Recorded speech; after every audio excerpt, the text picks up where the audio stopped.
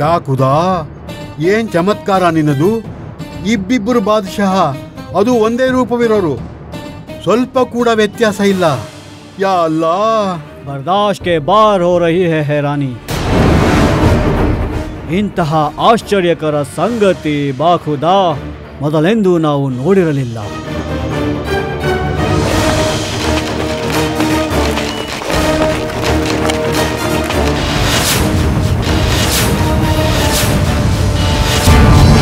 ಸುಲ್ತಾನ್ ಶಂಸುದ್ದೀನ್ ಜಫರ್ ಖಾನ್, ನಿನ್ನಿಂದ ತುಂಬಾ ದೊಡ್ಡ ತಪ್ಪಾಗಿದೆ.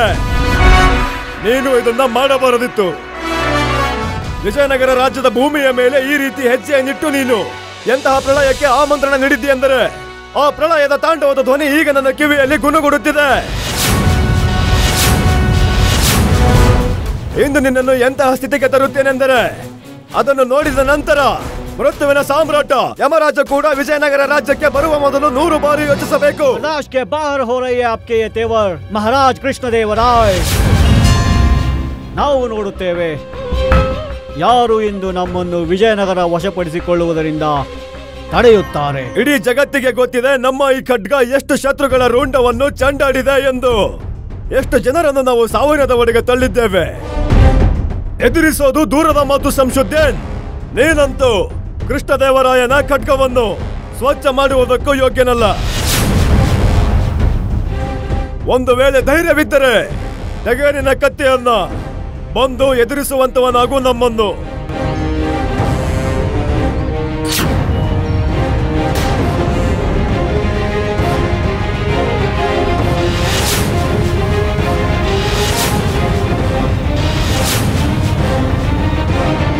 ಸಿಪಾಯಿಗಳೇ,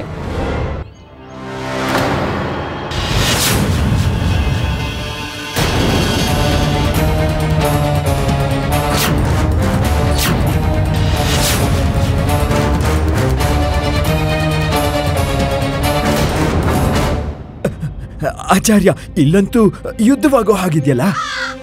ಹೇ ಭಗವಂತ, ಗುರುಜಿ ಎಲ್ಲಿಗೆ ಹೋಗ್ತಿದ್ದೀರಾ? ನಾವಿಲ್ಲೇನು ಮಾಡಬೇಕು? ಇಲ್ಲಿ ಶಸ್ತ್ರಾರ್ಥವಾಗುತ್ತಿದೆ, ಶಾಸ್ತ್ರಾರ್ಥವಲ್ಲ. ನಮಗಿಲ್ಲೇನು ಕೆಲಸ?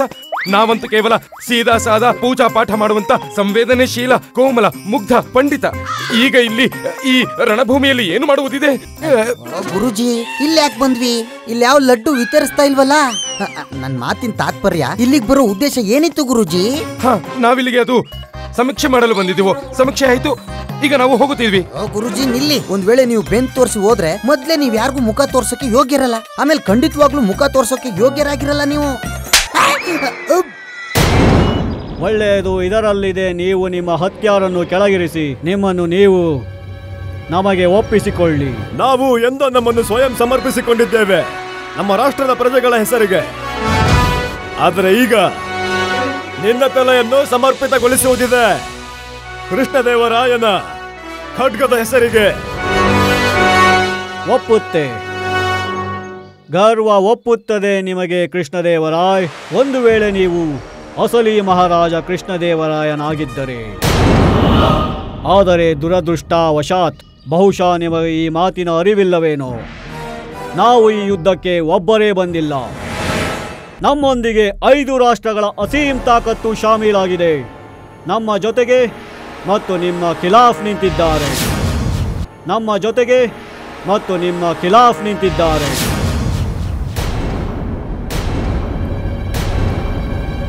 ಅಹಮದ್ ನಗರದ ಬಾದ್ಶಾ ಬುರ್ಹಾನ್ ಅಜೀಂ ಶಾ, ಗೋಲ್ಕೊಂಡಾದ ದೊರೆ ಶಹನ್ ಶಾ ಖುಲಿ ಕುತುಬ್ ಶಾ, ರಾಜ ಅಮೀರ್ ಅಲಿ ಬರೀದ್, ಬೀದರ್ನ ಸಕ್ತ ಅರಸ, ಹೇರರ್ನ ಬಾದ್ಶಾ ಹಿಮಾತ್ ಶಾ, ಬಿಜಾಪುರದ ಸಂಸ್ಥಾನದ ದೊರೆ ಇನ್ಖಲಾಬಿ ಶೆಹನ್ಸ್, ಇವರೆಲ್ಲರೂ ನಮ್ಮೊಂದಿಗೆ ಈ ಯುದ್ಧದಲ್ಲಿದ್ದಾರೆ.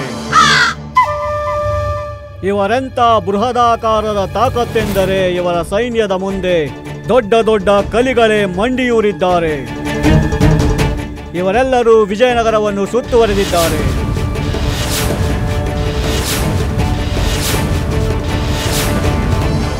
ಎಷ್ಟು ಧೈರ್ಯದಿಂದ ನೀವಿಲ್ಲಿಗೆ ಬಂದಿದ್ದೀರಿ. ಉಳಿಯಲಾಗುವುದಿಲ್ಲ ನೀವು ನಮ್ಮೆದುರು.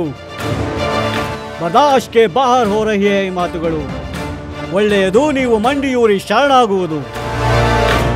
ಸೋಲನ್ನು ಸ್ವೀಕಾರ ಮಾಡಿ ಮತ್ತು ವಿಜಯನಗರವನ್ನು ನಮ್ಮ ಕೈಗೊಪ್ಪಿಸಿ ನಿಮಗೆ ಜೀವದಾನ ಮಾಡಲಾಗುವುದು.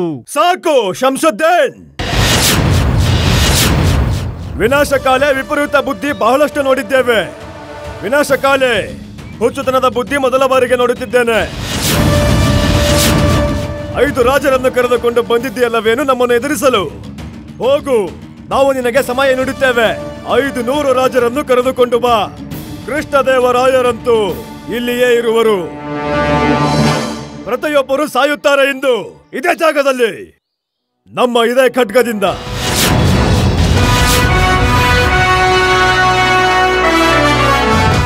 ಇದು ನಮ್ಮ ವಿಜಯನಗರದ ಭೂಮಿ ಶಂಸುದ್ದೀನ್. ನಮ್ಮ ಪೂರ್ವಜರ ಪಾವನ ಮಣ್ಣಿದು. ಈ ಭೂಮಿಯ ಮೇಲೆ ನಿನ್ನ ಹಾಗೆ ಕಾಲಿಡುವಂತಹ ಪ್ರತಿಯೊಬ್ಬ ವ್ಯಕ್ತಿಯ ಕುತ್ತಿಗೆಯನ್ನು ಕತ್ತರಿಸಲಾಗುವುದು ಇದೇ ಜಾಗದಲ್ಲಿ, ನಮ್ಮ ಈ ಖಡ್ಗದಿಂದ. ಅಲ್ಲಾ, ಯಾವುದೇ ಆನೆ, ಯಾವುದೇ ಕುದುರೆ, ಯಾವುದೇ ಸೈನಿಕ, ಯಾವುದೇ ಸೇನೆ ಬೇಡ. ಈ ಕೃಷ್ಣದೇವರಾಯ ಒಬ್ಬನೇ ಸಾಕು ನಿನ್ನ ಈ ಪೂರ್ತಿ ಸೇನೆಯ ಜೊತೆಗೆ ಇದೇ ಭೂಮಿಯಲ್ಲಿ ಹೂಳುವುದಕ್ಕೆ. ವಿಜಯನಗರದ ಭೂಮಿಯ ಮೇಲೆ ಇಂದು ತಮ್ಮ ಶತ್ರುವಿನ ಕಡುಗೆಂಪು ರಕ್ತರಂಜಿತ ಇತಿಹಾಸ ಬರೆಯಲಾಗುವುದು ಇಂದು ಇದೇ ಜಾಗದಲ್ಲಿ, ನಮ್ಮ ಈ ಖಡ್ಗದಿಂದ. ನೀನು ನಮ್ಮನ್ನಲ್ಲ, ಮಲಗಿರುವ ಪ್ರಳಯವನ್ನು ಬಡಿದೆಬ್ಬಿಸಿದ್ದೀಯ. ಈ ಪ್ರಳಯದ ತಾಂಡವ ಹೇಗಿರುತ್ತದೆಂದರೆ ಅದನ್ನು ನೀನು ಕಲ್ಪನೆ ಕೂಡ ಮಾಡಿರಲು ಅಸಾಧ್ಯ. ನಿನ್ನನ್ನು ಸುಟ್ಟು ಬೂದಿ ಮಾಡುವುದು ಇಂದು ಈ ಪ್ರಳಯ. ಹೇಗೆ ನಾವು ಈ ಮಣ್ಣಿನಿಂದ ನಿಮ್ಮ ಅಸ್ತಿತ್ವವನ್ನೇ ಅಳಿಸಿ ಹಾಕುತ್ತೇವೆಂದರೆ ಶಂಸುದ್ದೀನ್, ಇಂದಿನ ನಂತರ ವಿಜಯನಗರ ರಾಜ್ಯದ ಮೇಲೆ ಕೆಟ್ಟ ದೃಷ್ಟಿ ಬೀರುವವರು ಹುಟ್ಟುವುದೇ ಇಲ್ಲ.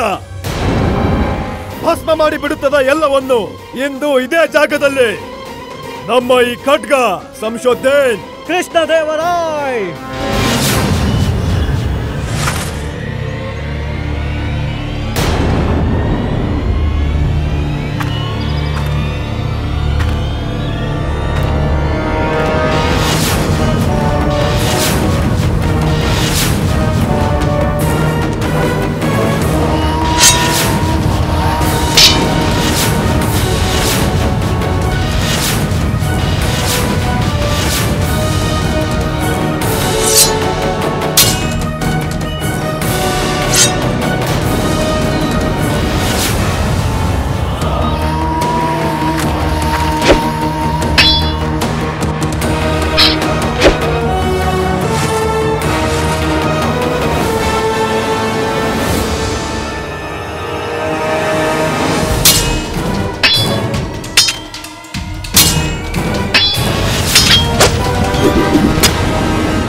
ದಯೆ.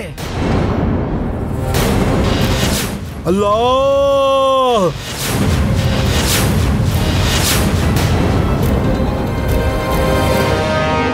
ದಯೆ ಮಹಾರಾಜ್, ದಯೆ ತೋರಿಸಿ ನಮ್ಮ ಮೇಲೆ ದಯೆ. ಹಾಗೆಲ್ಲ ಏನು ಇಲ್ಲ ಮಹಾರಾಜ್, ನೀವು ಯೋಚಿಸಿದಾಗೆ ಯಾವುದೇ ಹಮ್ಲ ಗಿಮ್ಲ ಮಾಡಿಲ್ಲ ನಾವು ವಿಜಯನಗರದ ಮೇಲೆ. ಯಾವ ಹಮ್ಲನೂ ಮಾಡಿಲ್ಲ. ನಾವು ಸಂಧಿ ಮಾಡ್ಕೊಳಕ್ ಬಂದ್ವು ಮಹಾರಾಜ್, ಸಂಧಿ ಮಾಡ್ಕೊಳಕ್ ಬಂದ್ವು. ಇದು ಈ ಪಂಡಿತನ ಷಡ್ಯಂತ್ರವೇ ಇದೆಲ್ಲ.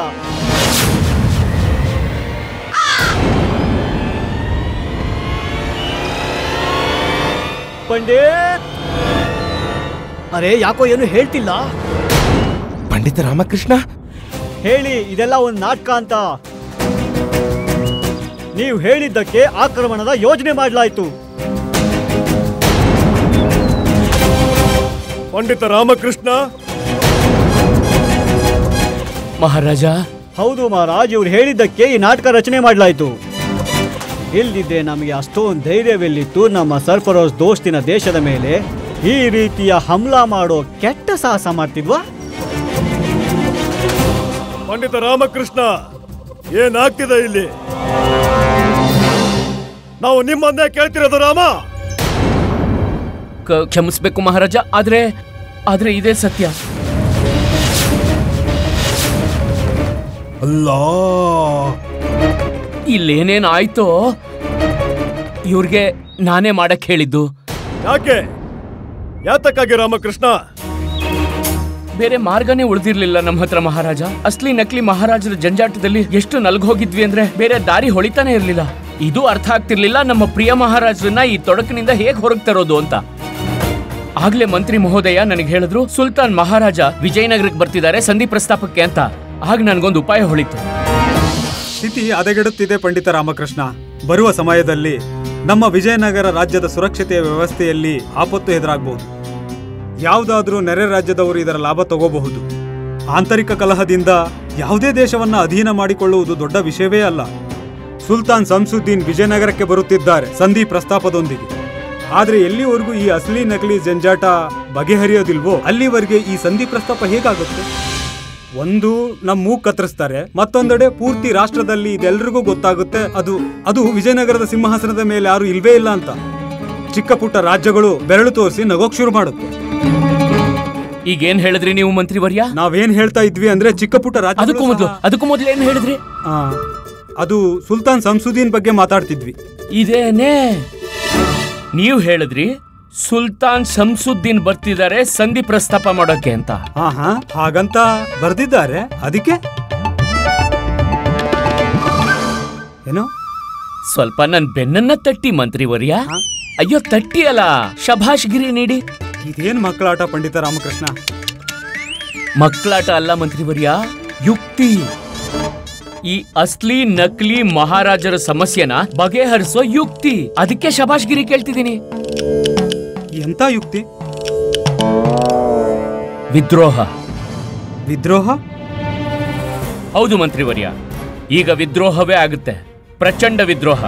ಮತ್ತೆ ಇದೇ ವಿದ್ರೋಹ ಈ ಸಮಸ್ಯೆಯ ಬುತ್ತಿ ತೆರೆಯುತ್ತೆ. ಮತ್ತೆ ಯಾರ ವಿರುದ್ಧವಾಗುತ್ತೆ ಈ ವಿದ್ರೋಹ? ನಮ್ಮ ವಿಜಯನಗರ ಸಾಮ್ರಾಜ್ಯದ ವಿರುದ್ಧ. ನಿಮ್ಗೆ ಹುಚ್ಚಿಡ್ದಿದೇನು ಪಂಡಿತ ರಾಮಕೃಷ್ಣ? ಯಾರಿಗೆ ಅಷ್ಟೊಂದು ಸಾಹಸವಿದೆ ನಮ್ಮ ಮಹಾರಾಜರ ವಿರುದ್ಧ ವಿದ್ರೋಹ ಮಾಡುವಷ್ಟು? ಮತ್ಯಾರು ಮಾಡ್ತಾರೆ ವಿದ್ರೋಹ? ಸುಲ್ತಾನ ಶಂಸುದ್ದೀನ್ ಮಂತ್ರಿವರ್ಯ. ಈಗ ಸುಲ್ತಾನ ಮಾಡ್ತಾರೆ ನಮ್ಮ ಮಹಾನ್ ಶಾಸಕ ಕೃಷ್ಣದೇವರಾಯ ವಿರುದ್ಧ ವಿದ್ರೋಹ. ಅದು ಯುದ್ಧ, ರಣನೀತಿಯ ವಿದ್ರೋಹ. ಈಗ ಸುಲ್ತಾನ್ ಸಂಧಿಗಲ್ಲ, ವಿಜಯನಗರದ ಮೇಲೆ ಆಕ್ರಮಣ ಮಾಡ್ತಾರೆ. ಏನ್ ಹೇಳ್ತಿದ್ದೀರಿ ನೀವು? ಬಲಾಷ್ಗೆ ಬಾಹರ್ವಾಲಿ ಮಾತನಾಡ್ತಿದ್ದೀರಿ ನೀವು. ನೀವು ಹೇಳ್ತಿದ್ದೀರಿ ನಾವು ವಿಜಯನಗರದ ಮೇಲೆ ಹಮ್ಲಾ ಮಾಡ್ಲಿ ಅಂತ. ಅರೆ ತಲೆಗಿಲೆ ಕೆಟ್ಟಿದ್ಯೇನು ನಿಮ್ಗೆ? ಮಹಾರಾಜ ಕೃಷ್ಣದೇವರಾಯ ನಮ್ಮನ್ನು ದೋಸ್ತೆಂದು ಸ್ವೀಕರಿಸಿದ್ದಾರೆ. ದೋಸ್ತ್. ಮತ್ತು ದೋಸ್ತಿನ ವಿರುದ್ಧ ಹೋಗೋದು ನಾವು ಯೋಚನೆನೂ ಮಾಡೋಕ್ಕಾಗಲ್ಲ. ಸುಲ್ತಾನ್ ಮಹಾರಾಜ, ನಾನು ಈ ಭಾವನೆಯನ್ನು ಹೃದಯದಿಂದ ಗೌರವಿಸ್ತೇನೆ. ಆದ್ರೆ ಕೃಪೆ ಮಾಡಿ ನೀವು ಈ ಸ್ಥಿತಿಯ ಗಂಭೀರತೆ ತಿಳಿಯುವ ಪ್ರಯತ್ನ ಮಾಡಿ. ಇಬ್ಬಿಬ್ರು ಮಹಾರಾಜರ ಜಂಜಾಟದಿಂದ ಹೊರಬರಕ್ಕೆ ಇದೊಂದೇ ಮಾರ್ಗ ಇರೋದು. ಇದೇ ಒಂದು ಉಪಾಯ. ಇದರಿಂದ ಸ್ಪಷ್ಟ ರೂಪದಲ್ಲಿ ತಿಳಿಯುತ್ತೆ ಅಸ್ಲಿಗೆ ನಮ್ಮ ವಾಸ್ತವಿಕ ಮಹಾರಾಜ ಯಾರಂತ. ನಮ್ಗೆ ಅರ್ಥ ಆಗತ್ತೆ. ಆದ್ರೆ ನೋಡಿ, ನೀವು ಮಹಾರಾಜರನ್ನ ಮಿತ್ರ ಅಂತ ಸ್ವೀಕರಿಸಿದಿರಿ. ಏನು ನಿಮ್ಮ ಮಿತ್ರರಾಗಿ ಮಿತ್ರನ ಹಿತಕ್ಕಾಗಿ ನಿಮ್ಮ ಮಿತ್ರನಿಗೆ ಸಹಾಯ ಮಾಡೋದಿಲ್ವೇನು? ಹಾಗಲ್ಲ, ನಾವು ಮಾಡ್ತೀವಿ. ಆದ್ರೆ ಇದರಿಂದ ನಿಮ್ಮ ಹೊಟ್ಟೆ ಸಮಸ್ಯೆ ಕೂಡ ಬಗೆಹರಿಯುತ್ತೆ. ನಮ್ಮ ಹೊಟ್ಟೆಯ ಸಮಸ್ಯೆ ಬಗೆಹರಿಯತ್ತಾ? ಅರೆ ನಮ್ಮ ಹೊಟ್ಟೆಯ ಸಮಸ್ಯೆಗೂ ಇದಕ್ಕೂ ಏನ್ ಸಂಬಂಧ ಇದೆ ಬಾಯ್? ಸುಲ್ತಾನ್ ಮಹಾರಾಜ, ಸ್ವಲ್ಪ ಯೋಚಿಸಿ. ನೀವು ಸ್ವಚ್ಛ ಹೃದಯದಿಂದ ನಿಮ್ಮ ಮಿತ್ರನಿಗೆ ಸಹಾಯ ಮಾಡಿದ್ರೆ ಎಷ್ಟು ಹಗುರವಾದ ಅನುಭವ ಆಗುತ್ತೆ. ಈಗ ಹಗುರವಾದ ಅನುಭವವಾದಾಗ ಅರ್ಧಂಬರ್ಧ ಅನುಭವ ಮಾತ್ರ ಆಗತ್ತಾ? ಪೂರ್ತಿ ಆಗತ್ತೆ.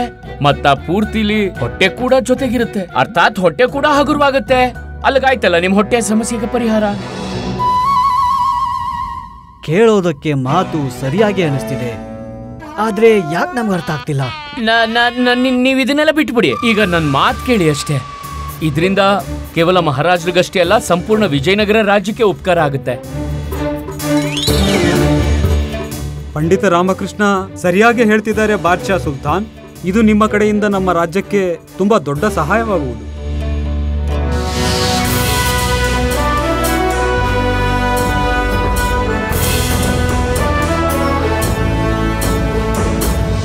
ತುಂಬಾ ಚೆನ್ನಾಗಿದೆ, ತುಂಬಾ ಚೆನ್ನಾಗಿದೆ. ವಾ ವಾ ವಾ ವಾ ವಾ ವಾ ವಾ. ಒಂದು ವೇಳೆ ನಿಮ್ಮ ಪ್ರಪಂಚದಿಂದ ಯಾರಿಗಾದ್ರೂ ಅಹಿತವಾಗಿದ್ದರೆ, ಯಾರಿಗಾದ್ರೂ ಪ್ರಾಣ ಹೋಗಿದ್ದರೆ ಆಗ? ಇಲ್ಲ ಆಚಾರ್ಯ, ಹೋಗ್ತಿರ್ಲಿಲ್ಲ. ನಾನು ಹೋಗಕ್ ಬಿಡ್ತಾನೂ ಇರ್ಲಿಲ್ಲ. ಮೊದಲನೇ ಮಾತೇನಂದ್ರೆ, ಸುಲ್ತಾನ್ ಮಹಾರಾಜರು ಸ್ವಯಂ ಅವರ ಸೇನೆಗೆ ಆದೇಶ ನೀಡಿದ್ರು ಈ ಆಕ್ರಮಣದಲ್ಲಿ ಯಾರದೇ ಪ್ರಾಣಕ್ಕೆ ಹಾನಿಯಾಗಬಾರದು ಅಂತ. ಮತ್ತು ಎರಡನೇ ಮಾತು, ಭಗವಂತ ಕೊಡ್ದಿರ್ಲಿ, ಒಂದ್ ವೇಳೆ ಇಂಥ ಸ್ಥಿತಿ ಬಂದಿದ್ರು ಕೂಡ, ಏನೇ ಎದುರಾದ್ರು ನಾನ್ ಮಹಾರಾಜರಿಗೆ ಮೊದಲೇ ಈ ಸಮಸ್ಯೆನ ಅರಿವು ಮಾಡಿಸ್ತಿದ್ದೆ. ಪಂಡಿತ ರಾಮಕೃಷ್ಣ, ಈಗ ನೀವು ನಮ್ಮ ಈ ಪ್ರಶ್ನೆಗೆ ಉತ್ತರ ನೀಡಿ. ಒಂದ್ ವೇಳೆ ನಿಮ್ಮ ಈ ಯುಕ್ತಿ ಕೂಡ ಅಸಫಲವಾಗಿದ್ರೆ ಆಗ ಹೇಗೆ ಪರಿಹರಿಸ್ತಿದ್ರಿ ಈ ಸಮಸ್ಯೆಯನ್ನ? ಅದು ಹೇಗೆ ಪತ್ತೆ ಹಚ್ತಿದ್ರಿ ಯಾರು ನಿಮ್ಮ ಅಸಲಿ ಮಹಾರಾಜ ಎಂದು ಹೇಳಿ.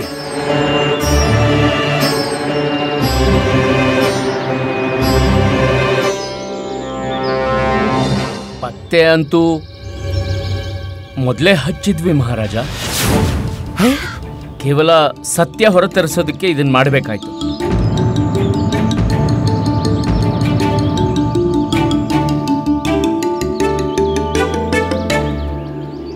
ಹೌದು ಮಹಾರಾಜ. ನಿಮಗೆ ಮೊದಲೇ ತಿಳಿದಿತ್ತೆ ನಿಮ್ಮ ಅಸಲಿ ಮಹಾರಾಜ ಯಾರು ಎಂದು. ಹಾಗಾದ್ರೆ ಹೇಳಿ, ಈಗ ಹೇಳಿ, ಯಾರು ನಿಮ್ಮ ಅಸಲಿ ಸಾಮ್ರಾಟ ಕೃಷ್ಣದೇವರಾಯ? ಯಾಕೆ ಪರಿಹಾಸ್ಯ ಮಾಡ್ತಿದ್ದೀರಿ ಮಹಾರಾಜ? ನೀವೇನೆ.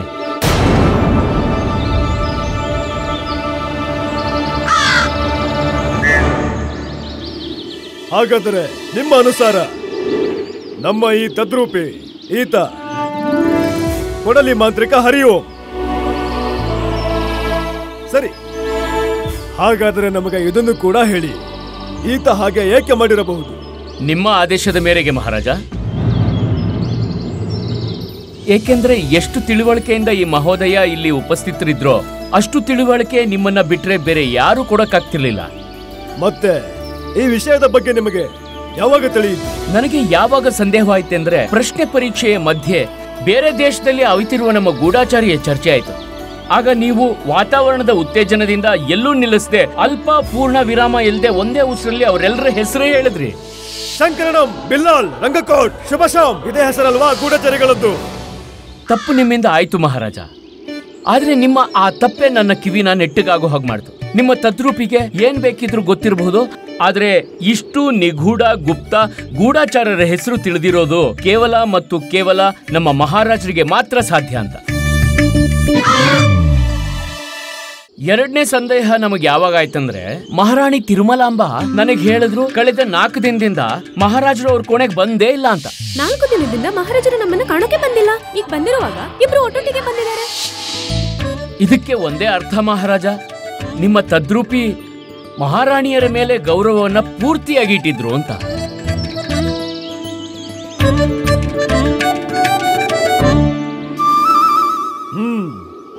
ಅದ್ಭುತ ಪಂಡಿತ ರಾಮಕೃಷ್ಣ, ಅದ್ಭುತ. ಸಂದೇಹದ ಮುಗಿಲು ಇನ್ನೂ ಯಾವಾಗ ಹೆಚ್ಚಾಯ್ತಂದ್ರೆ, ನೀವು ನಮ್ಮ ಅಮ್ಮನ ಲಾಠಿಯ ಭಯದಿಂದ ಹೆದರಿದಾಗ. ಮತ್ತೆ ನಾನೆಷ್ಟು ನಮ್ಮ ಮಹಾರಾಜರನ್ನ ಅರ್ತಿದ್ದೀನೋ, ಯಾವುದೇ ಸಿಂಹದ ಆಕ್ರಮಣದಿಂದ ಶತ್ರುವಿನ ತಲ್ವಾರಿಗೆ ಹೆದರಲ್ಲ. ನಮ್ಮ ಮಹಾರಾಜರು ಹೆದರಿದ್ರೆ ನನ್ನ ಅಮ್ಮನ ಲಾಠಿ ತಿರುಗಿಸೋದ್ರಿಂದ. ಮತ್ತೆ ಮಹಾರಾಜ, ಇದನ್ನ ನಾನು ಮೊದಲೇ ನೋಡಿದ್ದೇನೆ.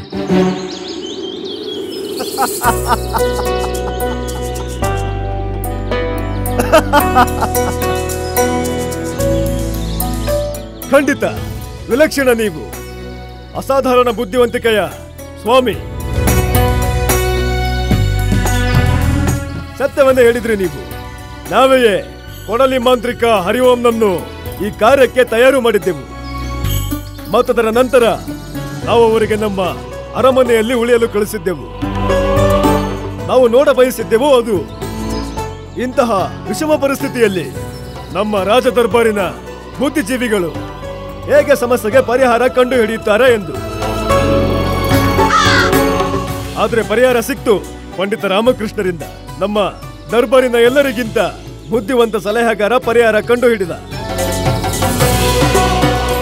ಕೊನೆಗೂ ಪತ್ತೆ ಹಚ್ಚಿಬಿಟ್ಟಿರಿ ನೀವು, ನಾವೆಯೇ ನಿಮ್ಮ ಕೃಷ್ಣದೇವರಾಯರೆಂದು.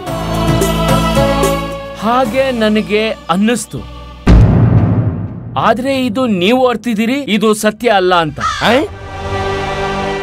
ನಮ್ಮ ವಾಸ್ತವಿಕ ಅಸ್ಲಿ ಮಹಾರಾಜ ಶ್ರೀಕೃಷ್ಣದೇವರಾಯ ನೀವಲ್ಲ, ಅವರೇ ನಮ್ಮ ವಾಸ್ತವಿಕ ಮಹಾರಾಜ.